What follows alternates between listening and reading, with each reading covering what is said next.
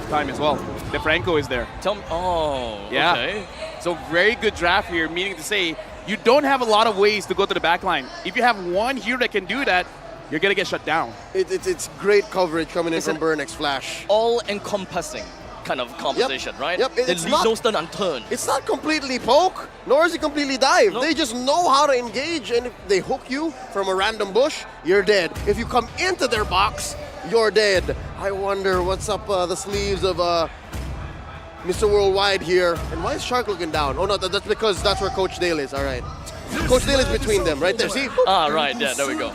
All right, so for this composition, I got to say, for Outplay, pretty solid as well. They got the lob to go to the back line, but again, it's going to be pretty dangerous. They're really going to look at Basic as well as Hoon to do the majority of the damage, so they're going to have a pretty good front line, but again, the Leslie kind of doesn't care. The Leslie likes it. Even though, I'd like to say it's a 4-in-1. It's all on Basic right now. I kind of agree, actually. Right? Yeah. This is a utility Valentin I've ever seen one. So pretty much what they have drafted is relatively kind of like a safe in most situations. They're looking for more of a matchup. I Straightforward don't lose anything.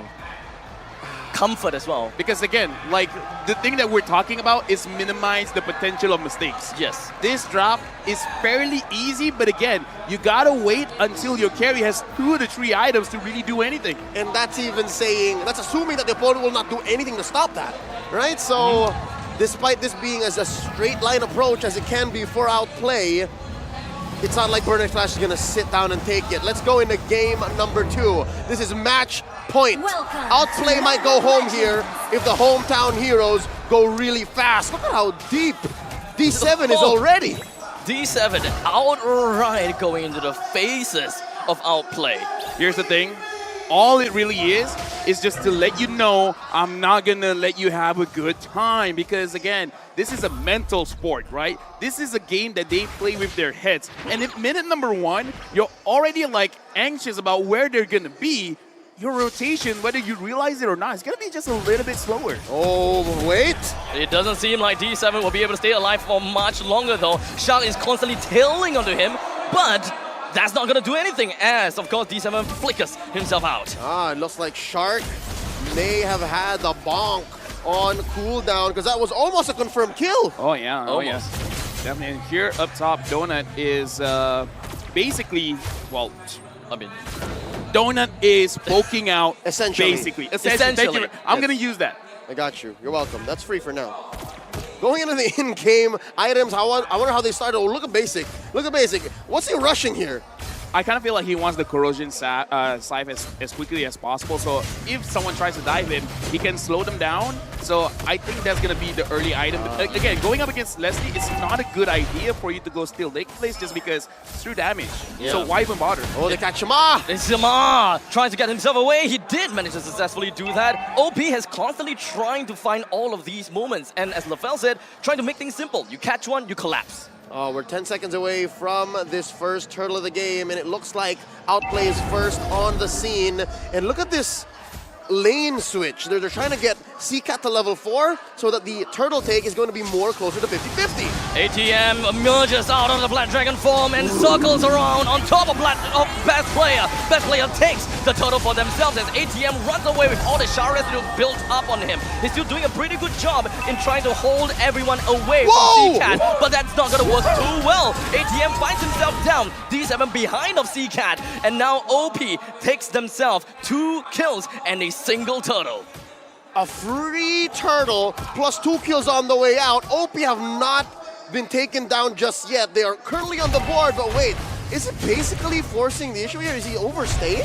No, I think it's fine, honestly. I'm just surprised that Hoon was showing that he was the better Yuzong. That was actually quite the side, but again, this does show Outplayed. Now they're doing a little bit well because, again, their composition, they're minimizing the mistakes, the potential mistakes coming up. And now Ureshi is being more aggressive against ATM. And you can even see that there's a difference in level here. It's not going to be much after ATM clears this lane. But again, this shows what happens when a team finally gets a role, when they know what they have to do with the heroes that they have. Gentlemen, is this Signs of Life basically picked up his corrosion scythe, and for the first time in this series, OP are in the driver's seat. They're up by 1,000 gold 3 minutes in. But the question is how far and how long can they maintain this lead? What must they be doing here in order to keep this lead going or even grow it out? That's right, we've seen teams get an early lead like this and flub it out in the mid-game. I'm hoping Outplay, no! And he catch a hook! D7 immediately goes for the hook and will be able to bring Hoon down. They're going to be continuing this onslaught, and Burn X Flash continues to march on forward to ensure that the lane is all clear. I would say that's pretty worth it still because, again, they got a lot out of that. D7 gets another hook, but it is against Shark. Shark will be fine. But again, this is one of those situations where anything can happen based on the roamers here.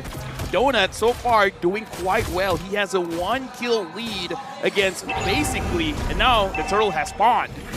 Of course, the turtle gonna be under the taking of Best Player 1. He's constantly trying to be in the face of the turtle and trying to get every opportunity to get the turtle buff on himself, get the gold for his team as well. Basically can definitely come into the fight. As for now, the rest of the members from the side of OP just collapses onto themselves. ATM joins into the fray, goes over the backline, 3-man petrify. But unfortunately, he will be able to push basically away, but no one else comes in to follow up. ATM still dies in the midst of it all. Deja vu, another 2 for none, plus a free turtle take. Thank you so much for hosting us here, says Outplay, as they go ahead and force it. Oh, grab the purple! Grab the purple! Right now, Chama is not having a good game. ATM, honestly, it was a very good shot that he got 3, he got 4, but Chama doesn't want to go in.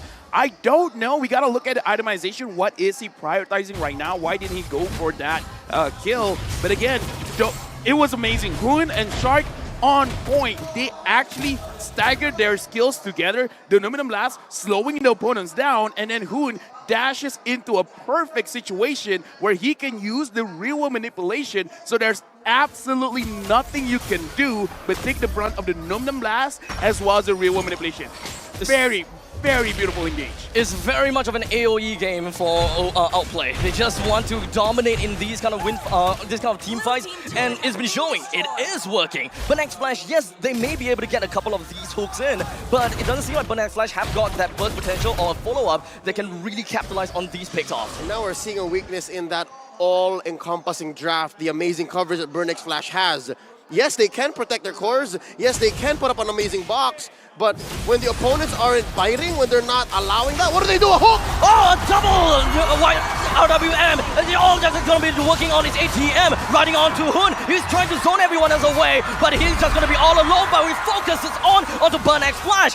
ATM, he wants to get away. He can't do so. As now the Appraiser's Wrath launches down onto ATM. Burn X Flash, they want to come back onto this. They would want to take the middle lane first tier turrets.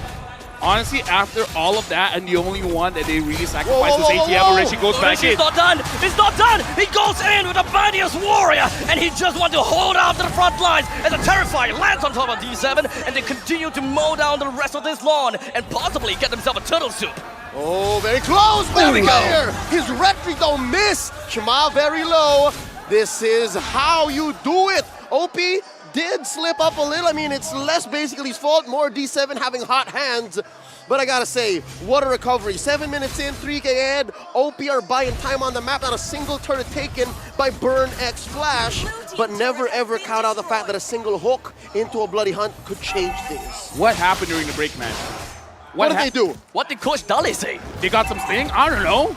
They calm their nerves. That's a Burn X Flash thing down bottom. ATM gonna go down by the hands of basically, as he's still gonna be relatively far away. RWM locks down on the basic, and the hook connects, and he's gonna go straight down as well. D7 forcing the issue, wanting to bring Best Player down, but it doesn't seem like he will be able to do quite much. C-Cat continues on to the pursuit, wants to bring Shark down, and Shamar joins to the fray. Don't see Best Player just yet, but he's still gonna be around the area. Ureshi, likewise, is gonna do the same thing. I don't think that it's gonna be much of a value from Ureshi, as he's going to be fronting this fight all alone, as Dona holds it off. Mightiest Warriors not gonna go anywhere. By the hand of his old friend, Ureshi's taken down by Donut, who I didn't even notice was having an amazing early in the mid-game 4-1 on this Leslie. No, honestly, we got to look at how Burn X Flash is approaching the fights, but before that, Best Player not looking good, as now the Saras stacks up onto him. Burn X Flash wants to mount a comeback, and they want to ensure that OP do not take the river line. As I was saying, man, Burnex Splash, they're creating so much space. Look at ATM, 0, 4, and 3. Those 4 deaths, he's giving space. The Bloody Hunt connects, and Shark finds himself in uncharted territory. And now RWM is just going to be popped right on top of Hoon. And ATM continues with the Black Dragon form, albeit to not much value. Let LaFell speak. Dude, like, I've been interrupted so many times, but so far, the movements coming in from Burnex Splash, what they're really doing is making sure that ATM pushes Hoon away. Because look at the items coming in from Burnex Splash. They do not have magic resist just yet. They're focusing on their own HP, they're focusing on damage, and this makes it so that Hoon does maximum damage at this point in the game. Right. So ATM, he's ready to die. All he got to make sure is that Hoon is not in the fray. And now at this point, at this juncture, I wonder if it's still in OP's best interest to blitz this Lord, because they know that Burnex Flash is packing heat, specifically that Leslie, specifically Donut, and now look at the Iron Hawk, that's pretty high, 30%, and now look, they dive on one! She stands down onto D7. The front lines of Burnex Flash is pretty much taken down already, as C-Cat is going to be in a good position, popping the RWN. Hoon escapes with a stolen Black Dragon form, and they are ready to re-emerge again when Burnex Flash does not have the Franco. That's a DBDF, defensive Black Dragon form, and they re-engage once more, continuing that blitz. They see Donut. I wonder, Oh, now they do. Oh no. Donut. He's not doing anything yet. He's still scouting. Okay, they don't know yet. They don't know yet. The animation shows, but they don't. Yeah, right It's now, a risky one. Donut has to be very, very careful here. D7. Unfortunately, not getting anyone. Reshi goes in. Coming to blast as well. And the Flickers lands on top of Shamar. More than enough time to drag enough time for best player to take down the Lord. As ATM and Shamar's both going to be taken down 2 for 2 coming from both sides. Donut's going to be in front line. If Flickers if the backwards, he's going to be safe for now. As D7C Cat is just going to be making sure that they will be able to escort Donut away.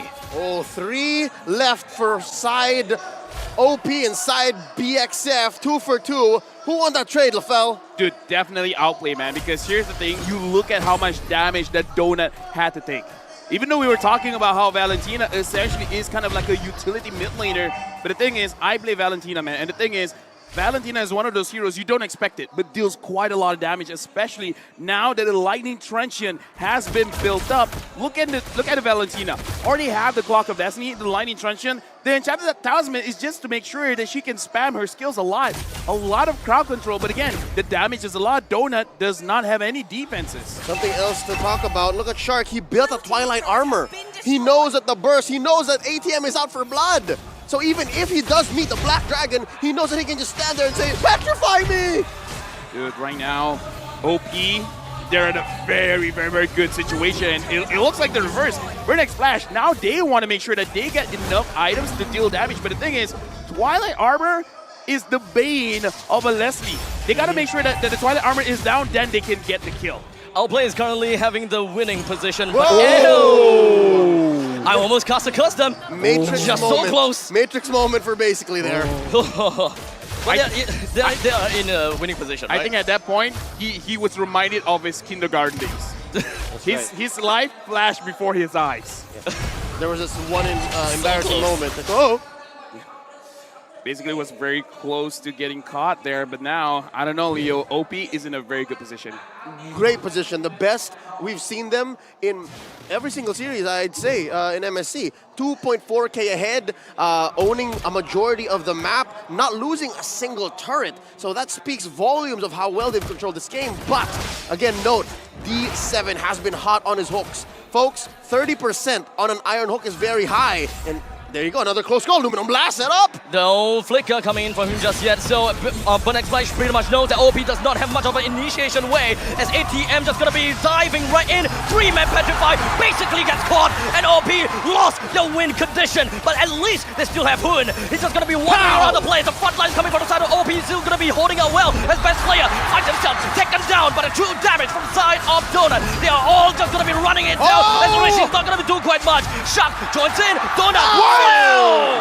So darn close! But Reshi continues to fight as he doesn't stay alive for long enough. And Shaman goes in. He found Chuck! And he still found on! He gets himself a 3-ball kill! Chiba has show. Burn X Flash are feeling it. That's a wipeout for the hometown heroes as they convert straight into a Luminous Lord. Dude, That feel the crowd right now. long drawn out fight. And from that single fight, Burn X Flash gotten themselves the 2,000 gold advantage. Right now, we gotta look at the replay, and this is the thing. Hoon should have been able to kill Donut, man. That one look at basic that. attack. Yep. He has one vampiric mullet, and that was enough. That was enough to get enough HP to survive the damage from Hoon. Hoon tried his best to run away. But again, you stole a Lancelot. All this is not gonna beat out the Lancelot. Okay, consider this. Even if Hoon did get Donut down, who could say that that would have been very different? Because Chima was still there. Chima would have still just cleaned up house, and now tables have turned. Now OP are on the defensive. How the turns has tabled. That is a tough fight for Burn X Flash, just on purpose. As now the Luminous Lord marches right in as he fights for the team. The hook lands and the bloody hunt onto best player 1. The rest of the fight from Burn X Flash marches on and collectors themselves onto Boon as well. 2 players down for the side of OP. Donna still hangs behind as ATM opens up the map, or rather opens it all to ensure that OP does not march in any closer to a 5-man stack of Burn X Flash. No creep so far. Ureshi holds it out. He still wants to bring the team onto a winning game, but he sacrifices himself. He's not able to do quite much right now. Basically, he's still going to be alive, but Shut doesn't have much hedge to work with. D7 left the hook. And that is how Burn X Flash turn it around with a reverse sweep. Hear the crowd roar as the Cambodian champions move on to the knockout stage of MSC 2023. Well deserved, because again, look at how they play. They understand what they gotta do, and I gotta say, man,